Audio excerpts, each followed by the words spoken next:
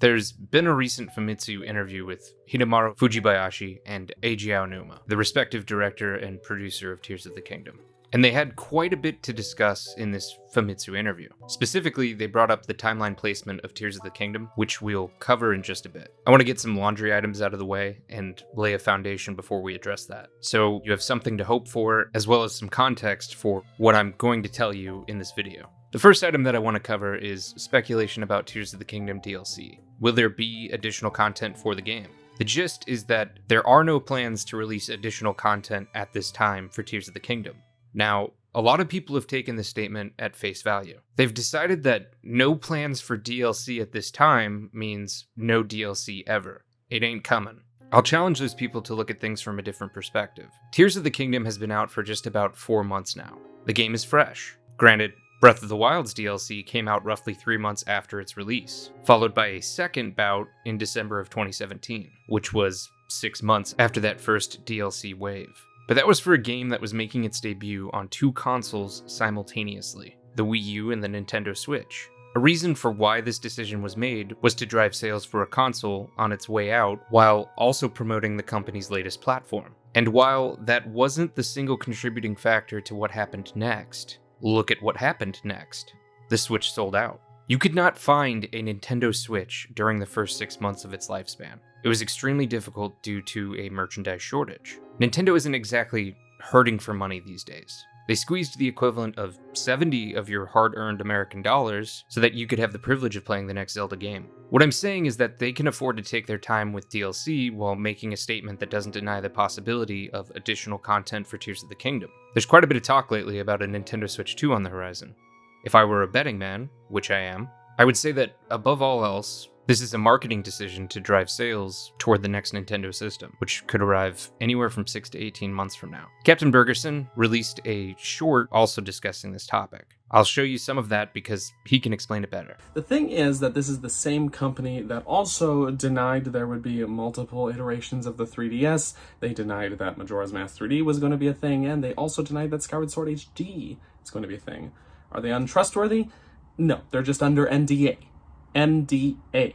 Those exist. So whenever companies like this deny things that are in development, or if they are in development or not, just remember to take those with a grain of salt. Those denial statements are meaningless. So, Nintendo has an established history of denying that certain products will come out, only for those products to be on store shelves sometime later. And Nintendo employees like Fujibayashi and Aonuma are under contractual obligation to not reveal any information that would violate a non-disclosure agreement. I can personally assure you that this is the case, because I've signed a few NDAs myself. Don't worry, I'm not in any trouble, I think. But you'll never hear me talking about any of my NDAs for that reason. The legal and professional ramifications of going against those signed agreements would spell trouble for me. This is why I'm confident that we will be getting DLC for Tears of the Kingdom, and why I would encourage you to read between the lines here. The phrase, no plans for DLC at this time, is not synonymous with the word never. Alright, so we have a discussion that was brought up by Fujibayashi about how the Depths area was created in a short amount of time for Tears of the Kingdom.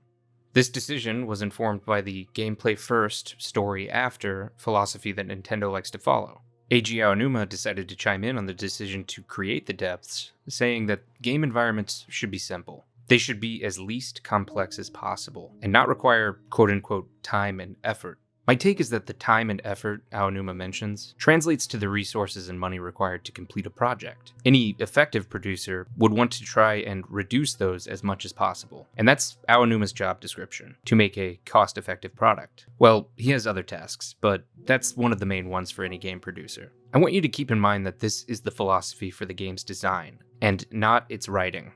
That's an important distinction to make. It's important because it's rather easy to conflate those two design principles. Gameplay first, story after really just means, hey, let's make a fun game before we make the story for that game. In other words, don't let the story of a game dictate its gameplay. In my last few videos, I've seen a lot of comments making blanket statements about the Zelda timeline. And these comments tend to surmise that Zelda's meta design philosophy is that there is no timeline. In fact, a lot of people want to say that there never was a timeline in the first place, and that it was just pressured by the fan base. Take a look at this comment here.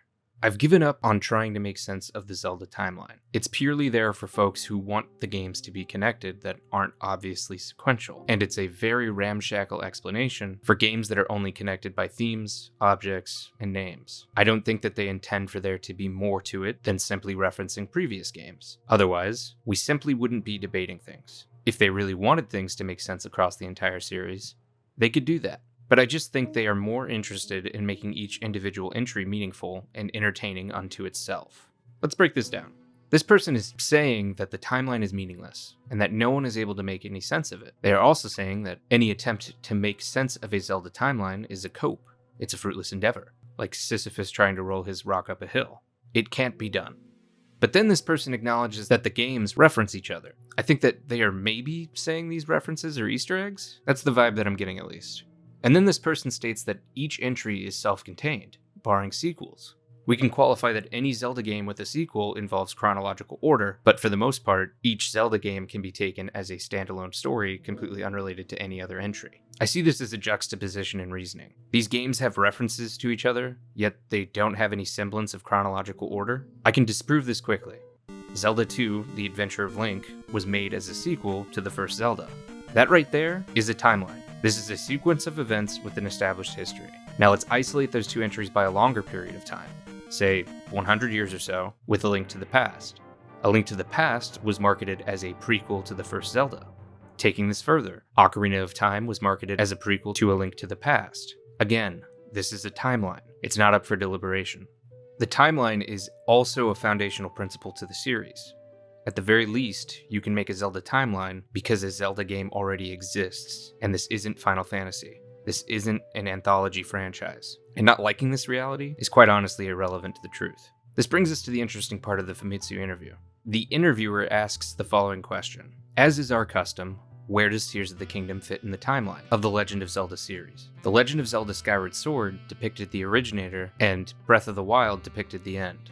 But Tears of the Kingdom is a sequel to Breath of the Wild, but also tells the story of the founding of Hyrule. So I wonder if it could be the originator. And Fujibayashi replies, it is definitely a story after Breath of the Wild. And basically, the Legend of Zelda series is designed to have a story and world that doesn't break down. That's all I can say at this point. With the assumption that the story will not break down, I think there is room for fans to think, so that means there are other possibilities. I think there is room for fans to think about various possibilities. If I am speaking only in terms of possibilities, there is a possibility that the story of the founding of Hyrule may have a history of destruction before the founding of the Kingdom of Hyrule. I don't make things in a random way. Like, wouldn't it be interesting if we did this here? So I hope you will enjoy it by imagining the parts of the story that have not yet been told. I think you already know the implications of this statement. It's time to cull anyone and everyone that's saying Tears of the Kingdom's history is before Minish Cap. It's time to get rid of them. I'm kidding. Yes, I feel vindicated that the game's director is specifically asking people to not only consider that Tears of the Kingdom's history takes place before Minish Cap, and that he's telling people to consider other possibilities, like, let's say, a refounding theory that exists after a merging of the three previous timelines. Wink wink hush hush. Fujibayashi is telling people to not discredit what is being said in the story as much, if not more, than what is being told to the player. And that's important. Western audiences tend to want information spoon-fed to them. I've seen way too many people in my comments interpreting sentences like, "We are the founders of Hyrule, or at least we were the last time I checked," as the infallible truth. You've got to look beyond that.